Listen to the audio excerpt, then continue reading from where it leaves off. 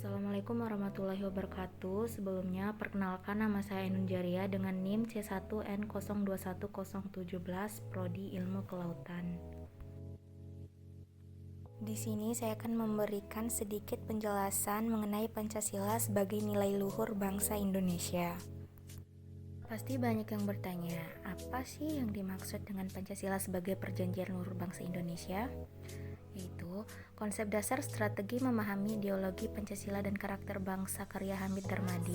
Pancasila disebut sebagai perjanjian luhur bangsa karena digali dari sosial budaya bangsa Indonesia itu sendiri dan disepakati oleh seluruh rakyat sebagai milik bangsa yang harus diamalkan dan dilestarikan.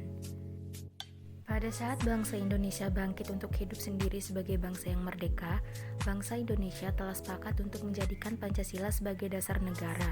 Kesepakatan itu terwujud pada tanggal 18 Agustus 1945 dengan disahkannya Pancasila sebagai dasar negara oleh Panitia Persiapan Kemerdekaan Indonesia (PPKI) yang mewakili seluruh bangsa Indonesia.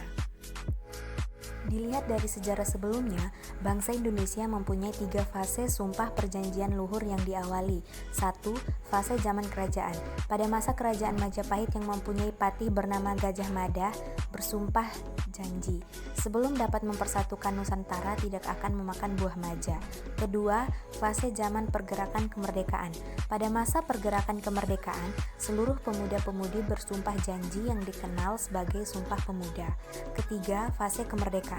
Pada masa kemerdekaan, Indonesia memproklamirkan kemerdekaannya dan berjanji membentuk sebuah negara kesatuan, di antaranya Negara Keperabuan Sriwijaya, Negara Keperabuan Majapahit, dan Negara Kesatuan Republik Indonesia (NKRI). Adapun contoh penerapan Pancasila sebagai perjanjian luhur bangsa Indonesia dalam kehidupan sehari-hari sebagai berikut. 1. Mengutamakan musyawarah untuk mufakat. 2. Menghargai perbedaan pendapat dalam musyawarah. 3. Mengutamakan kepentingan bersama daripada kepentingan pribadi atau golongan. Sekian dari saya, lebih dan kurangnya saya mohon maaf. Wabillahi taufiq wal hidayah. Wassalamualaikum warahmatullahi wabarakatuh.